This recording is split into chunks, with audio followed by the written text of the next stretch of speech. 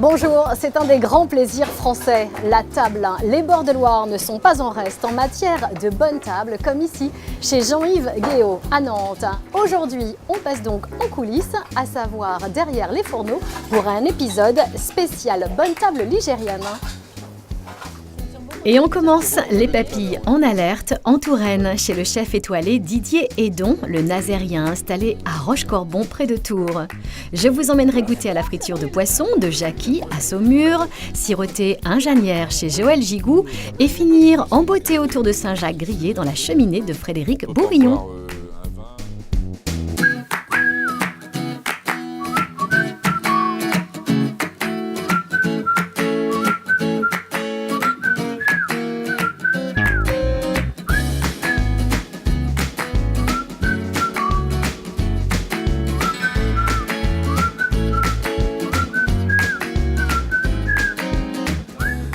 Didier Hédon est installé sur les bords de Loire depuis 1989.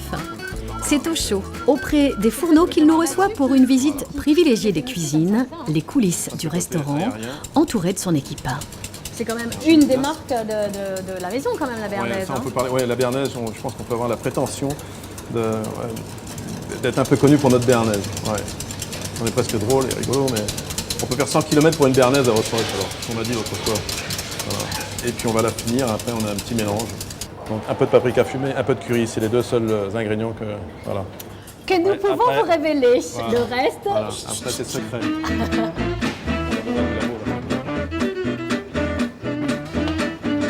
Incroyable, hein. C'est d'une légèreté sans... C'est un rêve. Hein. Elle est super légère. C'est goûté et approuvé. Moi, je suis un vrai Tourangeau d'adoption. Je suis né à Saint-Nazaire, je suis un gars de Saint-Nazaire, comme on dit. Un breton de Loire, on va dire, un peu. L'époque, c'était un challenge parce que j'avais 24 ans, ça faisait jeune. On m'a proposé une place de chef. Donc, j'avais pas spécialement envie de venir à Tours. Même si maintenant je suis tombé amoureux de la région. Mais à ce moment-là, 24 ans, je travaillais entre Saint-Tropez et Courchevel, donc j'avais pas forcément envie de venir ici. Et puis le challenge, la notion d'ouvrir, de faire une ouverture d'une belle maison à 24 ans, c'était assez tentant. Donc j'ai posé les valises, je venais pour faire l'ouverture 1 an.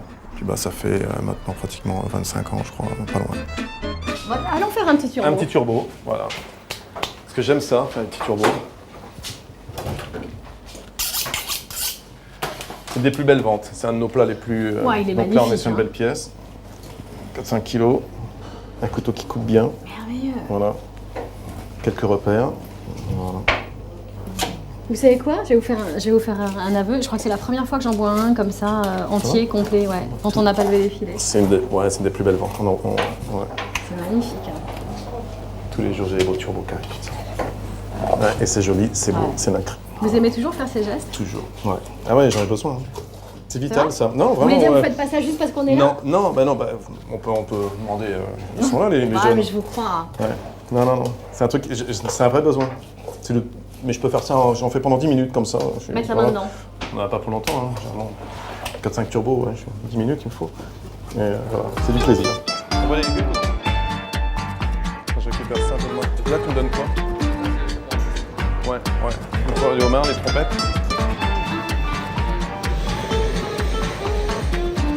T'as la petite bisque crémée?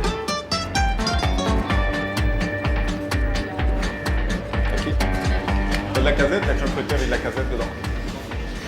Non mais t'as une balle de crème. Ce sont les premières truffes, donc elle est encore un peu claire, mais elle commence déjà à sentir un petit peu. Et c'est la truffe du coin aussi, on a de la truffe ici, hein, la Mélano.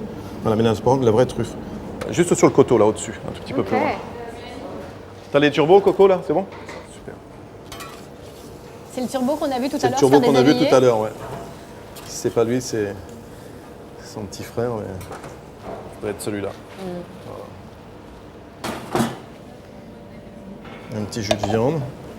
Donc il y avait la notion de l'art, là. Et là on est en plein dans la terre et la mer. Encore une fois, des légumes. Je pense que j'étais un des premiers chefs à travailler cette notion de terre et mer. Maintenant, il faut situer dans le contexte, il y a 25 ans, 25-30 ans pratiquement, la notion de terre et mer n'était pas présente, on n'en parlait pas, elle n'était pas relayée par les chroniqueurs gastronomiques, par les guides ou quoi. Et c'est vrai que moi, mes origines faisant proche de l'océan, je le disais tout à l'heure, je suis né à Saint-Nazaire, un rapport à la mer, aux poissons, Donc l'idée, c'était de mettre la Touraine en avant, plus à travers ce côté terre, donc les associations avec l'oreille de cochon, avec les rillons, avec l'andouillette.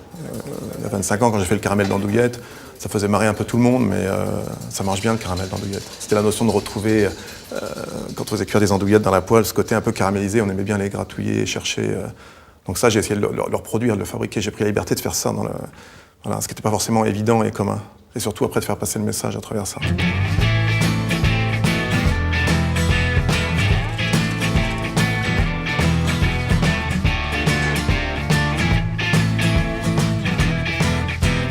Le moment où je m'éclate, j'aurais été peut-être en délire, c'est une fois que j'ai fini, que c'est posé, que j'enlève mon tablier, mais ça aurait pu être celui-là aussi, mais non, c'est quand c'est le plein rush, un peu, c'est un des antipodes. C'est quand, c'est le rush, il y a 50 couverts, ça part de tous les côtés, il y a encore les entrées, les dernières entrées, mais il y a les premières suites qui déclenchent, les desserts, qui ont aussi commencé à être envoyés de l'autre côté. Et c'est cet instant-là qui est sympa, qui est beau, il y a une espèce de symbiose, il y a quelque chose qui se passe, et c'est toujours assez magique. Rencontre avec une autre famille de passionnés. La famille Jalra fait couler les vins ligériens du côté de Chartres avec une polée qui réunit les meilleurs vignerons des 80 appellations qu'arrose le plus grand fleuve vineux. Chartres, sa cathédrale magistrale, ses vieux quartiers baignés par l'Eure et la Loire. Si, la Loire. Car chaque printemps fin avril, la Loire y coule dans les verres. De la Loire jusqu'à la Lie, autour d'une grosse grappe de vignerons venus faire goûter leur dernier né sous la vieille halle. Et Bourgueil, c'est l'appellation qui est vraiment dans le lit de la Loire. Voilà. Et là, ce que je vous fais goûter, en fait, c'est des vignes qui sont sur les coteaux plein sud. Allez, à la Bourg, à Bourgueil et à la Saint-Jean-Carmé. À la Saint-Jean-Carmé, voilà.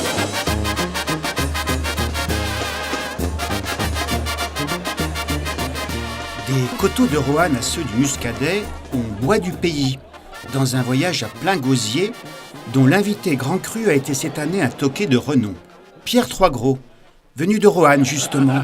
En revenant de chez Troisgros, en revenant de chez Troisgros. Fin de marché, place aux chansons à boire. Le soir venu, nos vignerons s'attapent pour y chanter le vin et l'amitié. Ambiance assurée.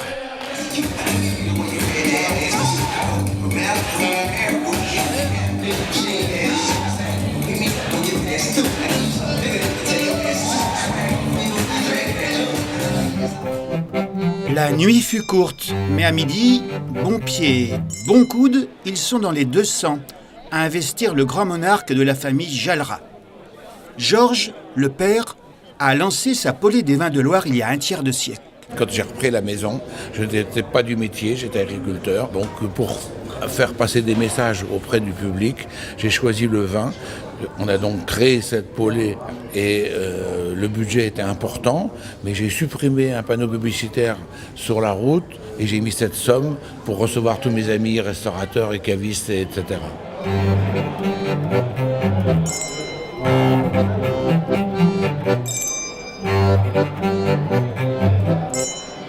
Une polée 2015 orchestrée en cuisine par un autre Troisgros, Michel, et vinifiée par un meilleur sommelier du monde, Olivier Poussier.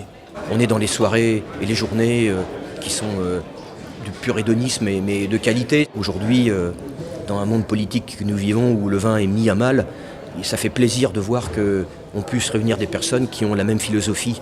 Le vin fait partie de notre culture et de notre tradition. Pas moins de 3000 verres pour un banquet de bouquets qui, épaule contre épaule, d'où le nom de polée, tient de la grand-messe à la gloire de la Loire. Vous savez, la Loire, c'est le trait d'union entre la France du Nord, la France du Sud, c'est l'équilibre, c'est l'harmonie.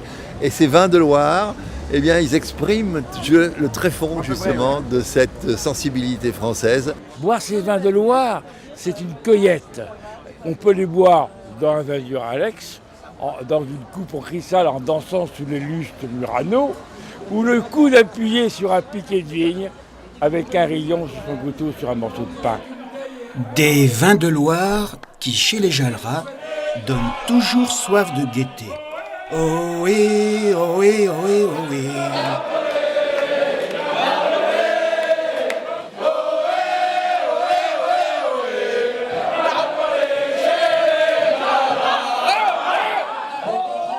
Je vous emmène sur la Loire. Oui.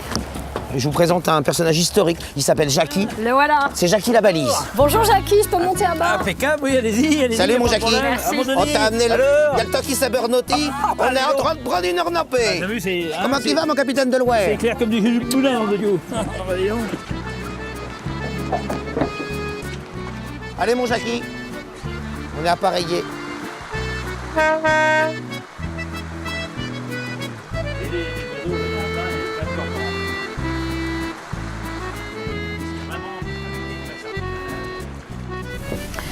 Bon alors Denis vous appelle Jackie la balise, hein. Ça vient d'où ce surnom de la balise, Jackie? La balise parce que c'est...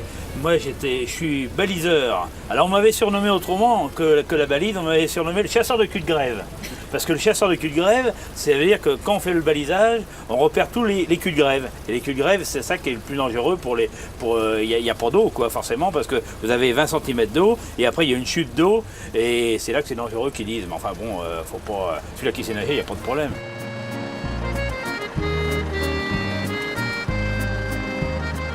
Moi, je suis né sur la rivière. La rivière, c'est tout pour moi. Tout. Mon père, c'était comme ça. C'est la rivière qui l'a sauvé. Et moi, la rivière, c'est tout. Tout le monde utilise des termes, le fleuve royal, la Belle Dame. Non, vous, c'est la rivière. Oui, la rivière, oui. C'est notre Loire. Hein. C'est notre Loire à nous, quoi. Vous voyez. Mais bon, moi je me loge jamais. C'est ça le problème, c'est que on passait tous les jours là à cet endroit-là, là, et au pied du château. Au pied du château. Et là, vraiment, pour moi, je me lançais jamais de regarder. Il est magnifique ce château-là. Pour moi, c'est un des plus beaux châteaux. Et ça, même que tous les jours, on pourrait se lancer de voir tous ces tuffeaux, tous ces coteaux là, ces troglots. Ben non, on regarde, on est attiré tout le temps. C'est curieux, hein. C'est bon, mais bon, c'est peut-être moi qui débloque un petit peu, mais enfin bon. Bah vous êtes amoureux quoi. Oui, sans doute, oui. Ah mon Denis, t'es où? Hein? T'as vu, ça vole? C'est beau. Ça vole, c'est hein? beau. C'est joli, hein? Ça c'est extraordinaire. Ah oui. C'est bien blanc, hein? Et c'est pas juste un bateau pour effectivement être propriétaire de bateau et vous dire que vous l'avez fait de vos mains, parce que c'est le cas, vous l'avez entièrement construit tout seul pendant... Avec peut-être un peu quelques camarades aussi. Oui, j'ai un petit copain qui est menuisier qui m'a aidé là, parce que lui, il connaît son truc, quoi. Hein. Mais autrement, tout le reste, c'est moi qui ai fait tout. Hein. 8 ans de travaux? Oui, le samedi et le dimanche. Hein.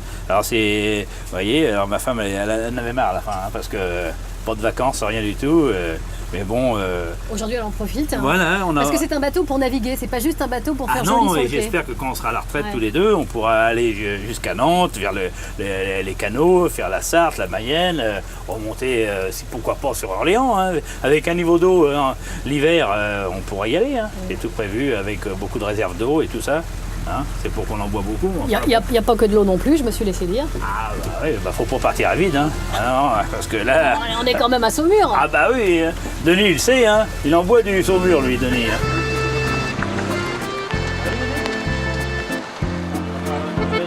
En Loire, bah, on a de la friture, mais vous avez vu avec un temps comme on a là, c'est pas évident. 3 gouttes. 3 gouttes, bah oui, bah dis donc.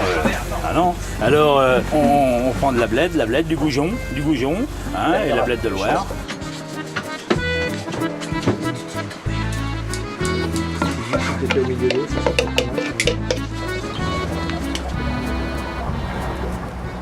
Faut bien que la pâte elle soit dessus pour qu'il soit doré. Hein, voilà. Bon alors l'huile bouillante, hein, tout le temps. L'huile de pépins de raisin bouillant. Hein. Ouh, ça doit faire mal. Ah bah oui, ça brûle. Ah oui, ça brûle, oui. Dès qu'il remonte à la surface comme ça, c'est que l'huile est à un bon réchaud, de la bonne huile. Ouais, un bon four pour les préparer. Faut beaucoup. Et puis la pâte à griller, la pâte à frire. Au crément de Loire. La pâte à frire au crément de Loire. Au crément de Loire. Ah bah oui. Ça remplace quoi, le lait? Le lait, voilà. Les œufs, le sel, poivre, farine. Et voilà. Et le crément. Le crément ou de la bière. Il y en a qui mettent de la bière, mais nous à Saumur, on profite de la bière. Hein. Regarde ça. Oui. Voilà. Ah, ça c'est extra. Hein. Ah oui, ça sent bon. Hein. Ah ouais. Ah bah oui. Allez, voilà.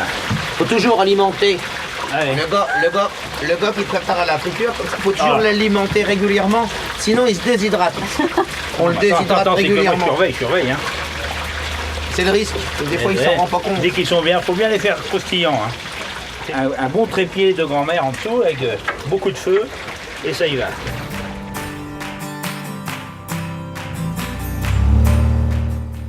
De la Loire au Loir, j'arrive chez Joël Gigou, grand défenseur des vins de Janières, qui m'ouvre sa cave de la Chartre-sur-le-Loir pour un concert inattendu.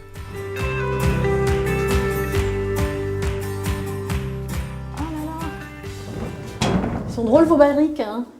Oui, c'est surprenant, c'est curieux. Hein. Ah, j'ai jamais vu. Ouais, vous voyez? C'est quoi? Ça? Oui, évidemment. Ça, c'est Et puis la petite musique qu'on entend? Oui, c'est le vin qui chante. C'est quoi? Ça, c'est des évents on appelle ça des évents de fermentation. C'est-à-dire que le vin, en ce moment, il est en fermentation. Oui. Vous voyez? Et puis, c'est le gaz carbonique qui s'en va, qui pousse. Là, on met de l'eau ou on peut mettre du sulfureux pour l'oxydation et tout. Mais moi, je mets de l'eau. Et le gaz carbonique, il passe par ici, il remonte là, vous voyez? Puis ça fait des bulles, puis ça ressort par ici. Donc le vin n'est pas en contact avec l'air.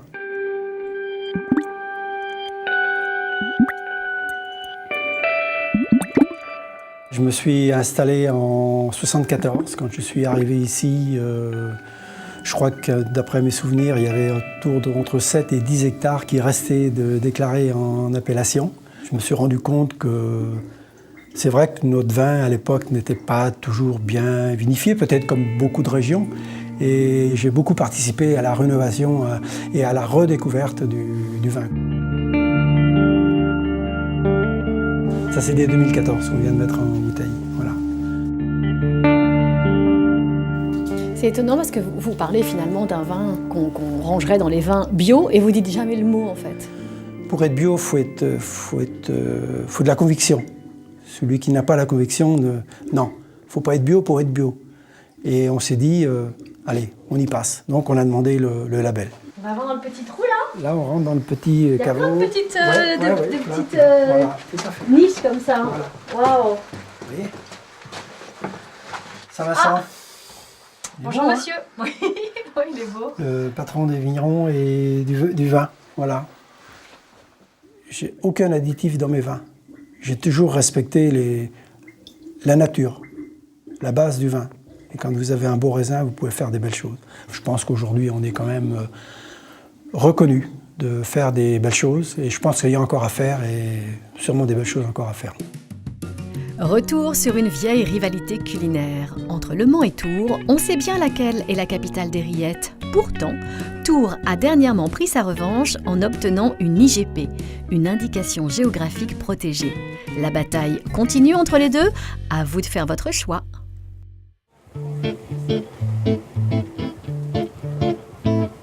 Un vendredi matin, place des Jacobins, le plus grand marché de la cité mancelle. Les charcutiers arborent fièrement leurs produits et surtout leurs rillettes, préparées uniquement selon la recette locale. Grande absente des étals, les rillettes de Tours. Ah, elle n'est pas mauvaise, mais on est un peu chauvin. On aime notre rillette de la Sarthe. Est-ce que vous connaissez les rillettes de Tours? Non. Ben moi je les connais parce que je sais qu'il y a une petite guéguerre entre les deux appellations. Mais vous n'avez jamais goûté? Non. Mais je n'ai jamais goûté. Non, c'est nettement moins bon, les rillettes de Tours. Il n'y a pas de doute. Il n'y a pas de doute, les rillettes, c'est la Sarthe. Capitale officielle de la rillette depuis le début du XXe siècle, Le Mans pourrait bientôt souffrir de la concurrence d'une autre ville, Tours, qui revendique l'origine de cette spécialité, celle que Rabelais appelait la brune confiture de cochon, la rillette de Tours, est la seule à avoir obtenu une IGP, une indication géographique protégée, la reconnaissance ultime pour tous les charcutiers tourangeaux. Les premières rillettes de porc sont bien faites en Touraine, hein. On a les traces et je pense que bon, on peut toujours nous le démentir, mais bon, je pense que on en est fiers et on veut le conserver. Alors y a-t-il réellement une différence entre la rillette de Tours et celle du Mans? C'est ce que nous avons demandé aux Tourangeaux, incollables sur la question. Alors je vais juste prendre comme ça. Ouais, je dirais ça, Le Mans, ouais. C'est tout à fait ça. Alors qu'est-ce que vous préférez? Ah, rillette de Tours, sans conteste. Moins gras, plus de morceaux, plus onctueux. Je ne suis pas chauvin, je mange des deux, mais j'ai une préférence pour celle de Tours parce que je les trouve moins grasses. La Touraine, celle-ci. Bravo. Elle est moins grasse. Je trouve qu'elle est moins grasse que la rillette du Mans. Et même les étrangers semblent déclarer Tours vainqueur. Ça, c'est mieux, je pense. Ça, c'est bon. Ça. Donc c'est celle de Tours. Oh, cool. Tous sont unanimes, les rillettes du Mans seraient beaucoup plus grasses. Nous retournons dans la capitale sartoise, chez Hervé Aumaille, plusieurs fois récompensé par sa confrérie. Il prépare des rillettes 2 fois par semaine, soit 1 tonne par mois. Aujourd'hui, il découpe un porc entier. Pour faire des bonnes rillettes, il faut mettre des morceaux bœuf, il faut mettre du jambon, du carré filet, de la poitrine, du plat de côte comme on a mis, l'épaule, la palette. Ingrédient fondamental et typique de la recette Mancel, le gras de porc. Ces viandes-là sont assez sèches et donc il y a besoin d'un petit peu plus de gras. Si on veut des rillettes moelleuses. Du gras dans des proportions importantes, 30% du poids total. Des rillettes sans gras, c'est plus des rillettes. Et c'est pas plus gras qu'autre chose. Retour chez Bernard Baucher à Tours. Lui aussi découpe son porc en morceaux plus importants pour des rillettes plus filandreuses. On fait des gros cubes de façon à retrouver dans les rillettes des fibres à peu près de 5 à 6 cm de longueur. En revanche, les bouts de gras sont bannis. Ici, les rillettes sont rissolées dans le Saint-Doux. Sont-elles pour autant moins grasses? Pas si sûr. On a fait des analyses de comparaison au niveau teneur en gras. On arrive à peu près au même pourcentage. La clé de la recette semble être la cuisson. À Tours, elles sont donc rissolées et au Mans, elles cuisent couvertes dans le gras et l'humidité.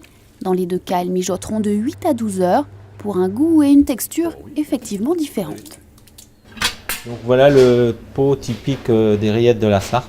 Et tout le milieu, vous avez le maigre qui est imbibé avec le jus, ce qui donne ce onctueux des rillettes. On a toujours été habitués à faire ça et puis à ce goût et puis on défend notre patrimoine. Moi, je préfère celle-là parce que c'est vrai qu'elles sont en bouche, pour moi, elles sont meilleures. Elles ont ce goût de rissolé que l'on ne trouve pas dans les rillettes du Mans. Tout est donc affaire de goût et de tradition. Les Tourangeaux auront au moins gagné une bataille en faisant goûter leurs rillettes aux Manceaux. Mais la guerre est loin d'être terminée. Moi, je préfère les nôtres parce qu'on est certainement plus habitué au goût et puis à la texture. Vous êtes sur la bonne voie pour essayer de nous rattraper. Très bien. Vous voulez pas goûter les nôtres? Oh bah non, je vais pas mourir empoisonné, non. On termine notre balade gastronomique dans une cave des coteaux de Tuffeau qui domine le fleuve à Rochecorbon. C'est au cœur de ces reliefs que je retrouve un ami de Didier Hédon. Chez les Bourillons, on est vigneron depuis 1920. Et en plus d'y faire vieillir son vin, Frédéric utilise ses caves comme une galerie de sculptures. Alors l'idée est venue il y a 20 ans avec des amis sculpteurs. L'idée c'était de raconter l'histoire de l'homme et de l'évolution et de sculpter des bas-reliefs à même les parois de Tuffeau, qui est une roche relativement facile à travailler. Et puis on a associé la musique, on a associé le vin avec et de créer une visite où on crée une harmonie autour des 5 sens. Du coup, qu'est-ce qu'on retrouve comme scène un peu particulière? Alors on a des passages assez importants où on parle de la vie de Saint-Martin, puisque c'est un personnage clé, on va dire, dans le développement de la viticulture à Vouvray, puisqu'il est le premier à avoir amené des cèpes de vigne.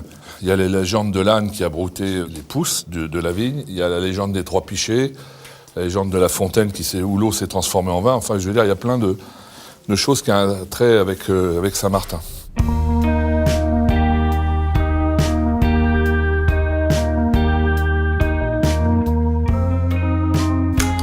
Vous savez pas venir chez un de vos copains sans amener forcément un truc à préparer, à grignoter, hein? Ouais, c'est une tradition, c'est la moindre des choses pour un cuisinier. Et puis c'est rassembleur toujours, c'est les petits moments privilégiés, ça.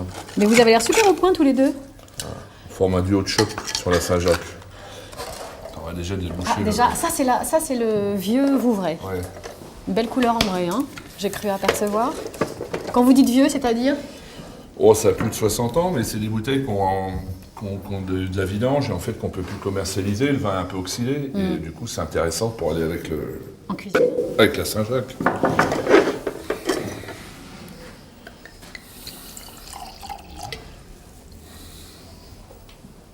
Et une petite rasade. Voilà.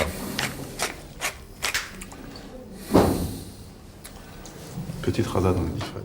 Elles sont comme j'aime. Voilà, quand c'est caramélisé, un peu comme ça, là. Waouh, waouh, waouh. Voilà. On a tous les trucs du Vouvray qui Ouh. c'est beau. ça sent bon. Vous sentez ça? Didier, je vais déboucher une bouteille de Saint-Martin pour l'avec. Cuvée Saint-Martin. C'est sec. C'est juste vachement bon. Bravo les gars.